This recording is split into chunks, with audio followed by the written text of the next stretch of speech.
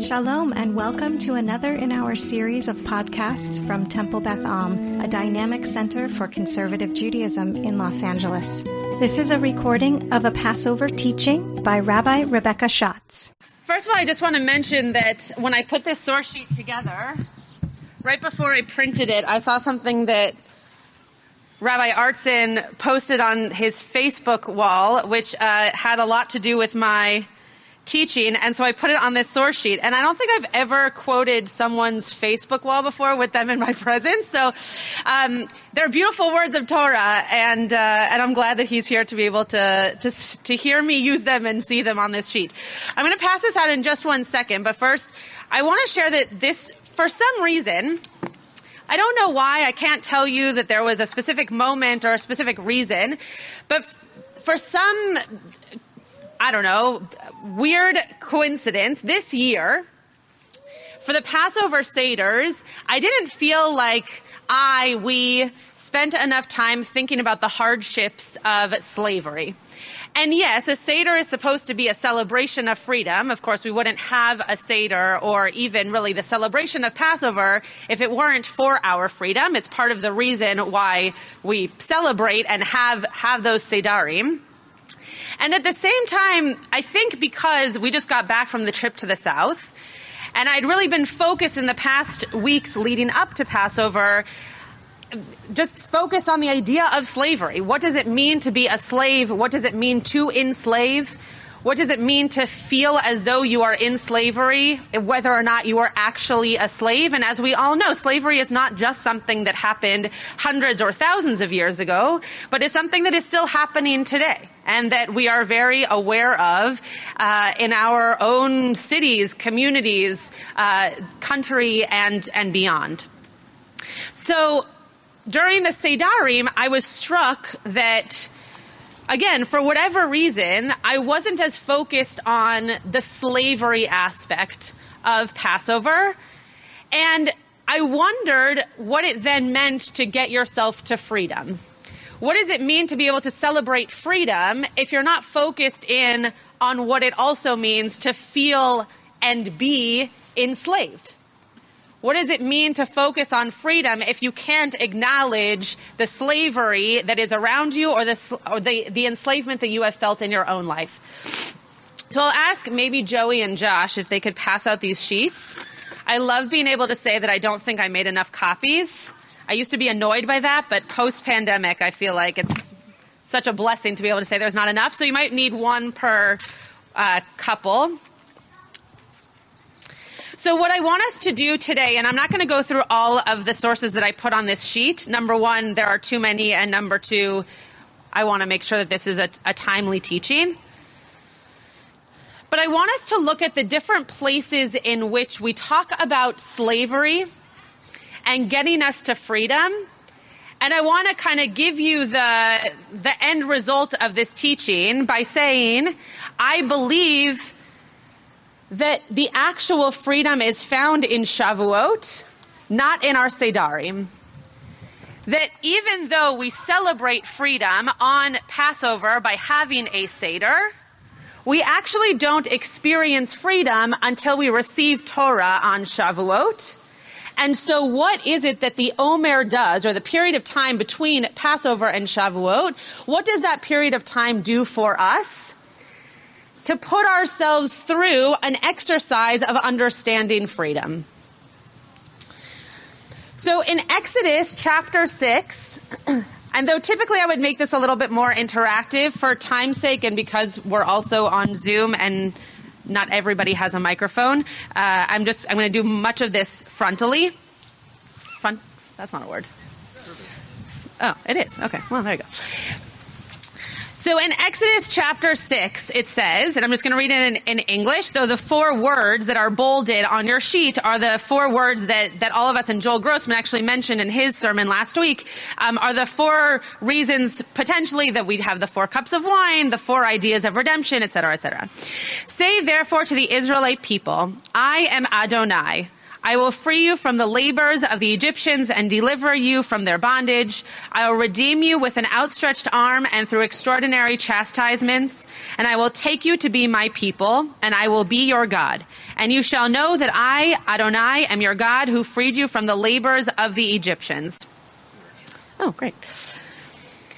So it seems to be that even from this moment, we know that we are going to be free, but that we have to have an understanding of slavery.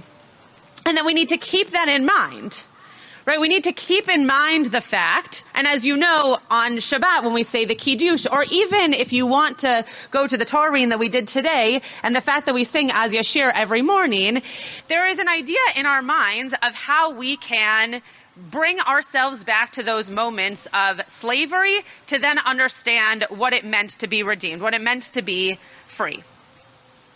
So the next piece here from Exodus 32, it says, thereupon Moses turned and went down from the mountain bearing the 2 tablets of the pact. Tablets inscribed on both their surfaces. They were inscribed on the one side and on the other. The tablets were God's work, and the writing was God's writing inscribed upon the tablets. So you might be wondering, why did I bring this verse? Look to the bottom in Pirkei Avot, the bottom of that same sheet. In Pirkei Avot, there's this beautiful teaching. My teacher, Rabbi Aaron Alexander, always says that Pirkei Avot is just, like the best, if you look on Google, right, best quotes for friendship or best quotes for learning. That's what Pirkei Avot is, like the quotables of our rabbis. So here we're going to get a quotable, but it brings us back to this moment in Exodus. Rabbi Yoshua ben Levi said, every day a bat kol, the heavenly voice, goes forth from Mount Chorev and makes proclamation and says, Oy unto humankind for their contempt towards the Torah. For whoever does not occupy themselves with the study of Torah is called nazuf. It's called someone who is rebuked. And it says, and the tablets were the work of God, this is what we just read, and the writing was the writing of God graven upon the tablets. Read not charut, graven, right, written on those tablets, but cherut, freedom. So the rabbis are doing a word play here and saying, no, don't read it as though it says that they were graven onto the tablets. Rather, you shall say that is what created our freedom. For there is no free person, but one that occupies themselves with the study of Torah. So what we get from this particular verse, and if we juxtapose it with the first verses from Exodus that we read, we see here that there is an understanding of freedom, but it's only, to go back to my thesis at the beginning, it's only until we understand that we have the ability and the blessing and the gift of learning Torah that we can actually feel our freedom. So where is the feeling of slavery? Where is that rootedness, and how to get there? How do we get to those moments of freedom? Again, to me, the issue is we need to understand first that slavery, that feeling of enslavement, before we can celebrate our freedom. Because as I felt when we were in the South, one of the most powerful elements of going to plantations and going to memorials for slaves was the fact that either they were unknown, even in death, or that we really don't understand the pain they were in. So walking around Whitney Plantation and seeing the life that these slaves lived showed and felt a type of slavery that then made me appreciate my freedom differently. Because had I not felt that, had I not experienced that, sure, I understand the juxtaposition of slavery and freedom, but as a free person my whole life, I now appreciate freedom more, having felt or at least experienced what it might have felt like to have been enslaved. Turn the page for 1 second, or for the rest of the seconds, really. So there are two pieces in our Haggadah that I want us to look at. These are moments in our Haggadah that you know well, Halach Ma'anya. And Rabbi Kligfeld actually at our community Seder brought a really beautiful tradition that I'll let him explain at another time, if you're interested. In the words right before these, going over with a plate of matzah from your table and putting that plate of matzah, standing over someone's head and saying something beautiful about them or praising them in some way. And the idea is that you wouldn't be able to do that or maybe even be able to feel those things for someone unless you were a free person. And that is a concept that, again, to go back to this idea of understanding slavery, we appreciate those moments because we can actually have them. We have freedom of emotion. We have freedom of expression. We have freedom to be able to walk over to someone without asking permission. Just that slight movement from your chair to another person, we're able to do that because we are a free people. So, look at Bechol Dor Vador. In each and every generation, Bechol Dor Vador Chayav Adam Lirot et Atzmo Ke'ilu Hu Yatsa Mitzrayim. Again, you all know this. This is not new. But what does it mean that we are obligated to see ourselves as if we have left Egypt? Are we supposed to feel like we were slaves? Or are we supposed to celebrate our freedom?